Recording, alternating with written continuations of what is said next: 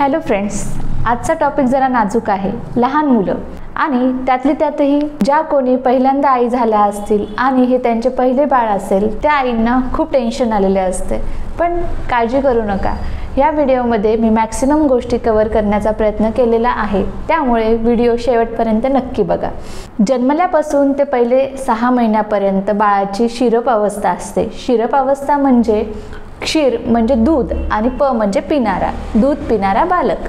तर पहिले 6 महिने बाळाला दूधच द्यावे आणि त्यातली त्यात आईचे दूध हे सर्वात श्रेष्ठ असते। तर बाळाला आईचे दूधच प्यायला द्यावे। पण यामध्ये आईने पथ्य करणे गरजेचे असते। जर आईने अपथ्यकर आहार केला तर बाळ आजारी पडू शकते, म्हणून आईने पथ्याने राहणे गरजेचे आहे। डिलिव्हरी झाल्यानंतर पहिले 3 दिवस दूध हे किंचित घट्ट येत असते आणि पिवळसर रंगाचे असते, त्याला चिकाचे दूध असेही आयुर्वेदात म्हणतात।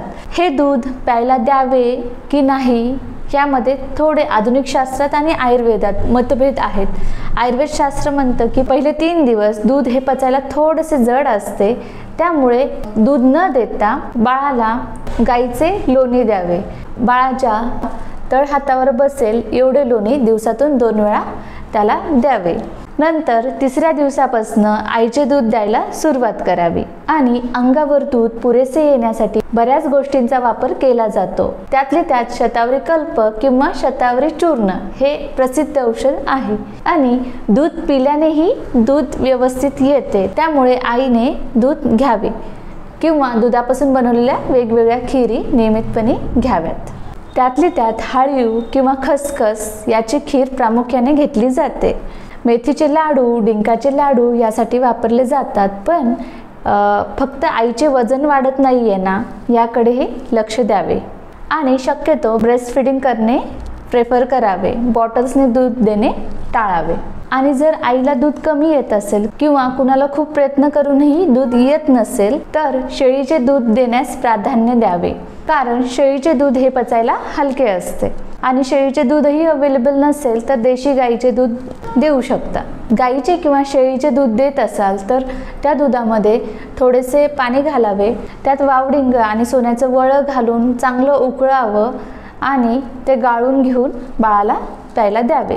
हल्ली पुष्य नक्षत्रावर बऱ्याच ठिकाणी सुवर्णप्राशन केले जाते, तोही करण्यास हरकत नाही, पण त्यापेक्षा बाळाला रोज सोन्याचे वळे उगाळून देणे कधीही चांगले। सोन्याचे वळे हे 24 कॅरेटचे असावे। ते वळे अंगावरच्या दुधात बाळाच्या वयानुसार उगाळून द्यावे, म्हणजे पहिला महिना असेल तर 1 वेळा एवढं उगाळावे, 2रा महिना असेल तर 2 वेळा एवढा उगाळून बाळाला द्यावे।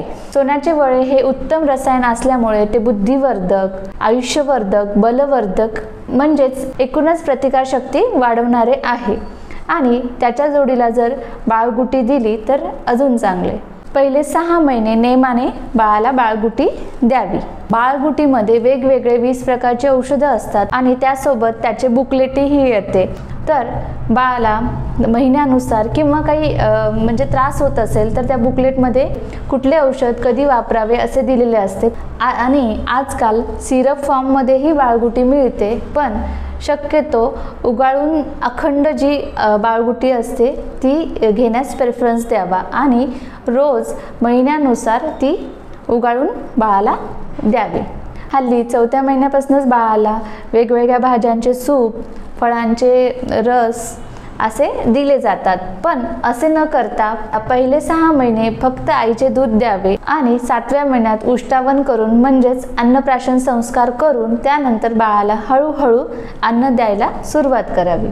सुरुवातीला साळीच्या लाह्याचे पाणी, भाताची पेज, मुगाचं पातळसर वरण किंवा मुगाचं कढण असे द्यायला सुरुवात करावी आणि हळूहळू साळीच्या लाह्या देऊ शकता, थोडासा मऊ शिजलेला भात देऊ शकता किंवा मऊ शिजलेला भात वरण देऊ शकता, मुगाची खिचडी देऊ शकता, पण बाळाला अन्न हळूहळू देण्यास सुरुवात करावी आणि 6 महिन्यानंतर ब्रेस्ट फीडिंग करणे हळूहळू कमी करत जावे आणि बाळाला अन्न देत जावे।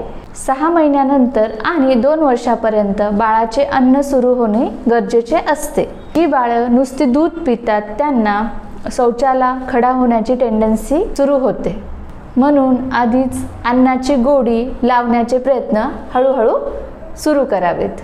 आणि अजून एक, बाळाला नियमितपणे तेलाने मालिश करावी, नंतर उटणं लावून अंघोळ घालावी। मालिश केल्यामुळे लहान बाळ चांगली झोपतात आणि त्याची वाढ चांगली होते, एकूणच त्याचे स्वास्थ्य चांगले राहण्यास मदत होते। म्हणून नियमितपणे बाळाला तेलाने मालिश करावी आणि बाळाच्या नाकामध्ये आणि कानामध्येही थोडे थोडे तेल नियमितपणे सोडावे आणि बाळाची वाढ व्यवस्थित होते ना याकडे लक्ष ठेवावे। जसे की पालथे पडणे, रांगणे या गोष्टी बाळाच्या वेळच्या वेळी होत आहेत ना याकडे लक्ष ठेवावे। बाळाच्या पायामध्ये वाळे नक्की घालावेत, त्याने चालण्यामध्ये लवकर प्रगती होते। बाळाचे चालणे किंवा बोलणे यापैकी एक गोष्ट आधी सुरुवात होते। तर यावर तुमचे काही प्रश्न असतील तर तुम्ही मला कॉमेंट करून विचारू शकता। हा व्हिडिओ तुम्हाला आवडला असेल तर लाईक करा आणि चॅनलला सबस्क्राईब करा। धन्यवाद।